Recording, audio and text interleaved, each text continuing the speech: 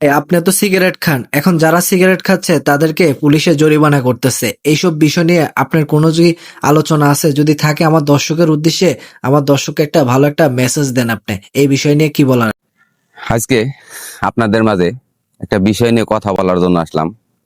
আমি গত 2 দিন আগে একটা ভিডিও দেখলাম, একজন পুলিশ অফিসার উনি বলতেছে যে সিগারেট যদি আপনি প্রকাশ্যে খান তাহলে 2000 টাকা জরিমানা করবে।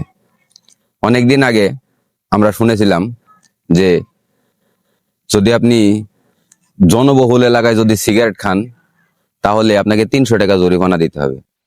দেখুন, বিষয়টা হলো এই একটা সিগারেট, যে আমার হাতে একটা সিগারেট দেখছেন, এই সিগারেটটা আপনি বা আমি টাকা দিয়ে কিনে খাওয়ার জন্য নিয়ে আসছি।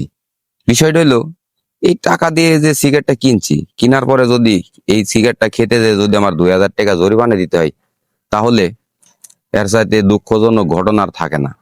তো আমি আপনাদের মাঝে একটা কথা বলবো যে এই যে সিগারেটটা যে আপনি তৈরি করতেছেন, সেখান থেকে সরকার ভ্যাট পাইতেছে, প্রতি বছরে কিন্তু সিগারেটের দামটা বাড়ে। কিন্তু আপনি যে আমাকে সিগারেটটা খাওয়ার জন্য জরিমানা করতেছেন, তাহলে আপনি আগে সিগারেট কোম্পানিটাকে বন্ধ করে দেন। যদি আপনি সিগারেট কোম্পানিটা বন্ধ করে দেন, তাহলে তো আমি বা সাধারণ মানুষ সিগারেটটা পাবে না বা কিনতে পারবে না। কারণ কোম্পানি যদি না থাকে তাহলে সিগারেট কোথায় পাবে? তাহলে আপনি সাধারণ মানুষের জরিমানা না করে কোম্পানিটা বন্ধ করে দিলেই তো ভালো হয়। আপনারা এগুলো না করে, কারণ তাদের কাছ থেকে আপনারা টাকা পাইতেছেন, ভ্যাট পাইতেছেন, এই কারণে কোম্পানি বন্ধ করবেন না, অথচ সাধারণ মানুষের উপরে জুলুম করে আপনি 2000 টাকা জরিমানা করতেছেন।